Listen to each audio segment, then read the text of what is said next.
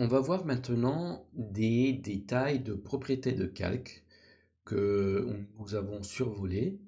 On a vu donc comment créer un nouveau calque. C'est bien dans le petit icône des feuilles avec un petit soleil. De toute façon, si vous mettez la souris dessus, il y a un texte qui s'affiche, un panneau qui s'affiche avec la signification de l'icône. Donc voilà, c'est marqué nouveau calque.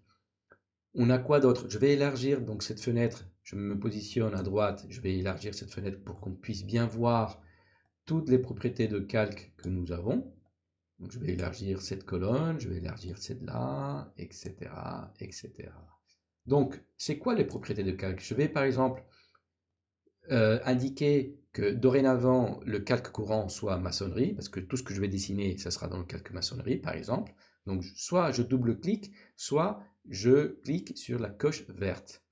Je préfère double-clic.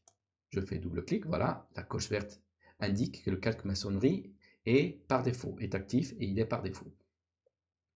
Qu'est-ce que j'ai? J'ai une ampoule que je peux activer ou désactiver. J'ai un petit soleil que je peux activer ou désactiver. On va appeler ça, je peux le geler. On verra ça un peu plus tard. C'est la même chose que l'ampoule, mais on va le forcer à l'éteindre un peu partout dans le dessin. On verra ça un peu plus tard.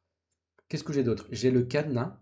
Je peux activer ou désactiver. Si je veux pas modifier, si je veux par exemple bloquer la forme des murs, je peux tout simplement activer le cadenas et comme ça, je peux tout modifier sauf le calque, tout ce qui est dans le calque maçonnerie par exemple.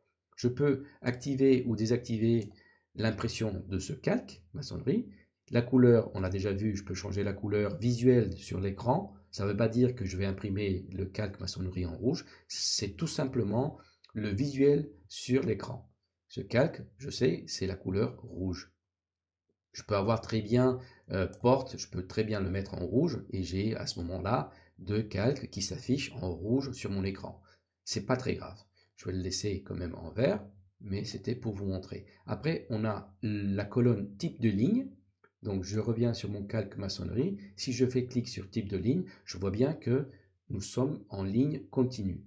D'accord? C'est une ligne solide. Si je veux, par exemple, plus tard, avoir des lignes en pointillés ou des lignes d'axe, etc., je peux tout simplement aller dans le bouton charger et il y a une deuxième fenêtre qui s'affiche et je peux charger tous ces types de lignes, cache, bordure, axe, interrompu, des lignes avec des lettres, par exemple pour le réseau de gaz, de lignes de l'eau chaude, HW parce que ça vient de l'anglais hot water, des lignes d'isolation, etc., etc., etc., des pointillés, bref. On verra ça par la suite.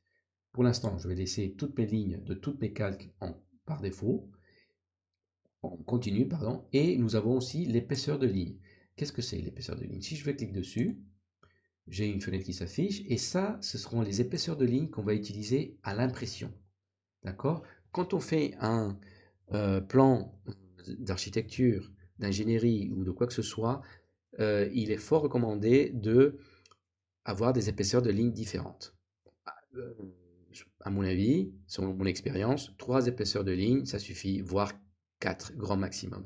Donc, on va donner une épaisseur de ligne à un certain calque, par exemple maçonnerie, on va le mettre en épaisseur plutôt très large, 0,8. Tout ce qui est cloison, on va faire la moitié, par exemple 0,4, et tout le reste en très fin, 0,09 ou 0,13 par exemple. Ça, on va le voir après, à la fin de cette formation d'AutoCAD, on verra un tutoriel très très détaillé sur l'impression. Pour l'instant, on va laisser les calques, les épaisseurs de ligne par défaut. Tous les calques, on va les laisser par défaut. Qu'est-ce qu'on a entre autres? On a transparence. Ça, on va l'utiliser. Je l'utilise dans ma vie, dans ma vraie vie professionnelle, je l'utilise très peu, sauf pour les hachures où je veux qu'il y ait une sorte de transparence pour qu'à l'impression, ça ne perturbe pas le dessin graphique. Donc, on peut gérer la transparence aussi de 0 à 90, il me semble. Voilà. Donc, je peux gérer la transparence. Pour l'instant, je vais le laisser en 0.